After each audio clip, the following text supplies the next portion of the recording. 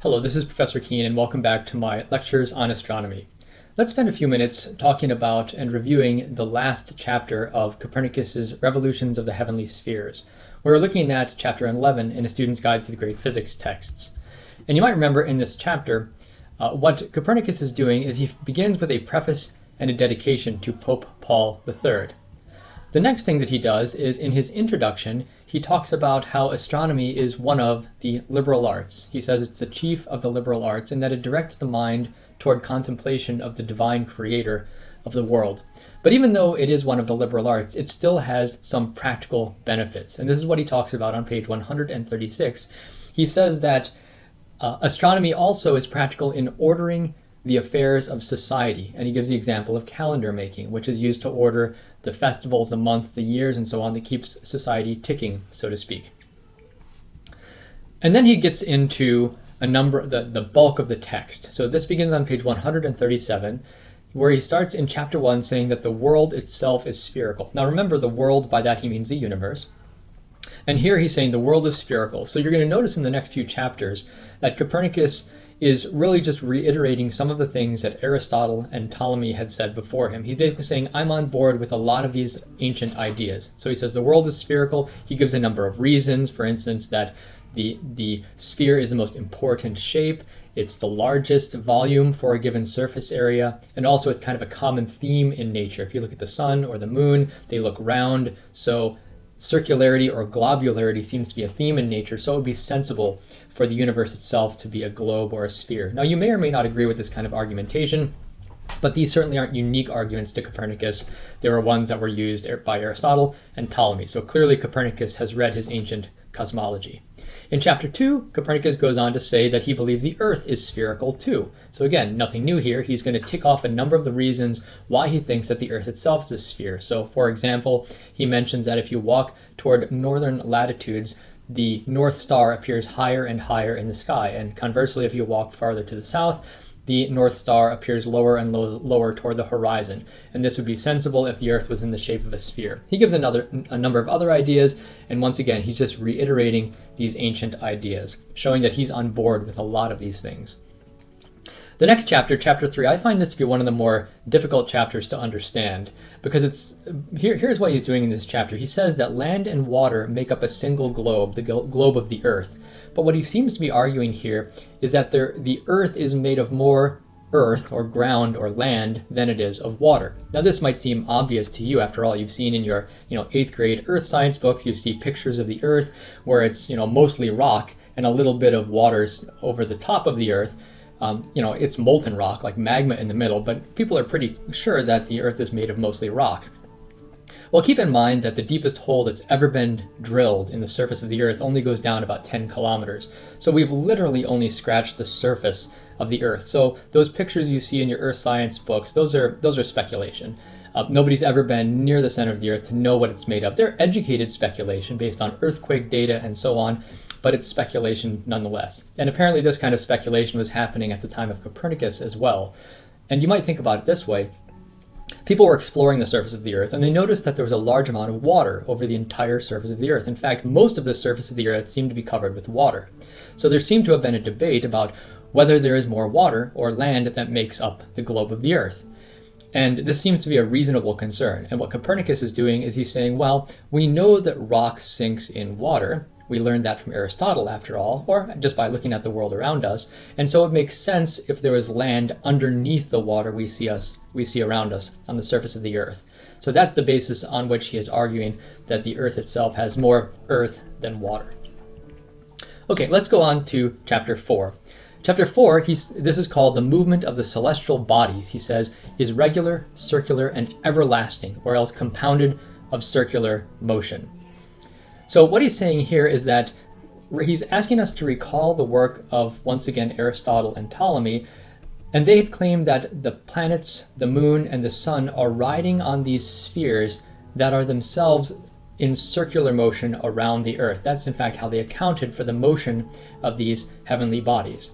What Copernicus is doing here is he's saying, I agree with this. I agree that one needs to appeal to the motion of these celestial spheres on which these objects are riding in order to account for their motion.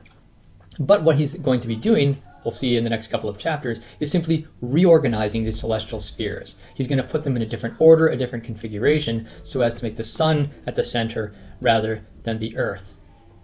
At the top of page 140, he gives some of the reasons why he thinks that one must retain the notion of these celestial spheres. He says, "We must, however, confess that these movements, the motion of the sun, the moon, the planets, and so on, that these movements are circular, or are composed of many circular movements, in that they maintain these irregularities in accordance with a constant law and with fixed periodic returns. And that could not take place if they were not circular." So what he's saying here is that when you see the sun rise and set each day, there's a periodic return. It's rising and setting, rising and setting, rising and setting, or the moon rising and setting, rising and setting. The only shape that can bring back what has already passed is a circular shape. So the circular shape is kind of a natural shape for bringing back things that have already happened in the past. That's what he's arguing, and he's in agreement with that. Now, there's one problem, and that is, he mentions here, this is hinted at in this sentence, and he develops this idea a bit more. He says the problem is that the planets, and in fact even the sun and the moon, but particularly the planets and the sun, appear to exhibit certain irregular movements. That is, they do not progress with a uniform speed through the zodiac. So recall, let me draw a picture here to remind you of what he's talking about here. So recall from the Ptolemaic picture. You've seen this picture drawn by me a number of times, but I'll draw it once again to refresh your memory. If we've got this celestial sphere here, and we have the Earth at the center of the celestial sphere, and the celestial sphere, according to this theory, once again, is rotating around the Earth one time per day. But remember also there's this tipped circle like this. That's a circle of the ecliptic. Actually, I'll make it wide so it reminds you that this is a band of the zodiac. Okay, and the zodiac, of course, is broken up into 12 constellations. I'll kind of indicate that with these lines here. And from the perspective of a person standing on the Earth, I'll color the Earth green here so you remember that's the Earth. I guess I could have made it blue. Okay. Remember, the idea is that from the perspective of the Earth, the sun will appear to be in front of one of these zodiac circles on a particular day, but that the sun migrates through the zodiac because it is itself riding on a sphere that's rotating around. So over the course of a year, the sun, from our perspective, migrates through the entire zodiac, right? So that's a progression through the zodiac, and this is why people believe that they're riding on spheres, because the sphere naturally brings things back to the position they had been a while ago. Okay, now remember, the sun progresses through the zodiac from our perspective once every 365 and a quarter approximately days, 365.224 or something like that. But here's the point that, this is all review so far, but here's the point that Copernicus is highlighting here. He says, even if you watch the sun progressing through the zodiac, if you measure it very carefully, you'll notice that the sun does not move at the same speed through the zodiac over the entire year. So there is an irregularity. There's an irregularity in the sun's motion through the zodiac. So it might be moving, from our perspective, it may be moving faster when it's in Aries, for example, than when it is in Virgo. Sometimes it moves faster, a little bit faster, and sometimes slower, a little bit slower. Okay, and the question is why? Why does it seem to speed up and slow down from our perspective, even as it's making its course through the zodiac over 365 and 1/4 days? And here he provides a couple of reasons why people had given for why the sun might exhibit this irregularity. So why would it do this? I'm going to explain a couple of reasons. The first reason that people had speculated is what was called an inconstancy, this is the term he uses, an inconstancy in motor virtue. I know that sounds like a funny term, but I'll explain what that means here. An inconstancy in motor virtue. What does he mean by motor virtue? Well, motor virtue, you can kind of think about this. You probably see the word motor in there, something that's able to move, and virtue is kind of a power or a strength. So whatever is causing the sun to move, whatever that might be, that would be its motor virtue, the power or strength that's giving it its motion. And so this is the power that moves this, you might say, the sphere on which the sun rides. The sphere on which the sun is riding, according to this view. So if the sun is moving fast at times and slow at times, that motor virtue must not be constant. There's an inconstancy in that motor virtue. And that inconstancy could be of two types. It could be either an intrinsic motor virtue, that is its own ability to move itself. So somehow something within that sphere itself has the power to speed itself up or slow itself down, or an extrinsic, that is something outside moving it, something outside of the sphere that is responsible for its motion. So if there is an inconstancy of the motor virtue or the power to move of the sphere on which the sun is riding around this zodiac once every year, then it could either be intrinsic, an inconstancy in its ability to move itself, or extrinsic, something outside of the sphere that's slowing it down and speeding it up. Now, what does Copernicus think about this theory? He says the mind shudders at this idea. It does not seem fitting, according to Copernicus and others, that this inanimate object, this sphere, would sort of change its mind, that in order to speed up and slow down, it would have to sort of be changing what it wants to do itself, and that seems to be implausible. Or on the contrary, if there's something outside of it, some extrinsic thing that's speeding it up or slowing it down, that also seems implausible. After all, if there's something extrinsic to it, it seems like in the best possible system, as he says, it would be moving at a constant rate. So he dismisses this idea that there's an inconstancy of motor virtue. He doesn't like this. What he does say, and this he says is the better idea, is that the sphere on which the sun is riding is not in fact centered directly on the Earth. The sphere on which the sun is riding, so to speak, is not centered on the Earth.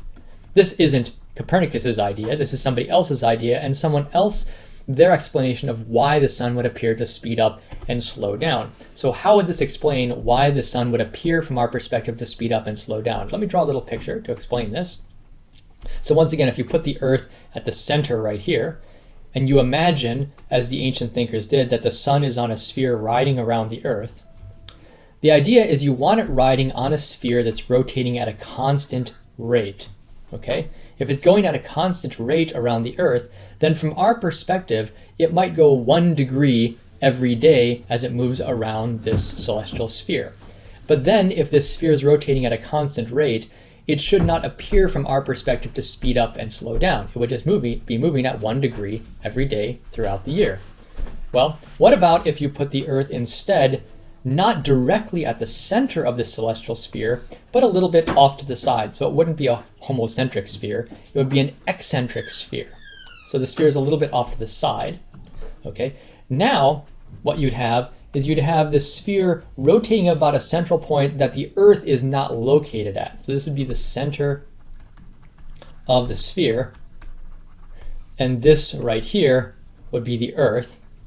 So the Earth is not at the center of the celestial sphere. Well, now, according to this theory, you could have the sun going around like this, and the sphere rotating at a constant rate, and yet from the perspective of someone standing on the Earth, it would not be moving through the same number of degrees every day. Why is that? Well, you might think about, let's suppose in 1 month the sun moves that far around the circle. So from the perspective of someone on Earth, it goes from this angle to that angle. But then later on in the year, when the sun is closer to the Earth over 1 month, it's going to be going the same distance around. And so from the perspective of someone on Earth, it would go through that angle. And notice that this angle is going to be bigger than this angle. Because when you're closer to something, if it's moving at the same speed as before, it would seem to move faster. There'd be a larger angular velocity, one might say, as it's going around the Earth. But this is not by virtue of the sphere moving at a non-constant or circulating at a non-constant rate. Rather, it's because you're closer to it when it's moving past you on one side than on the other side. And in fact, this is an explanation for why the sun would appear to move faster sometimes and slower other times, while maintaining this idea of spheres rotating at constant rates.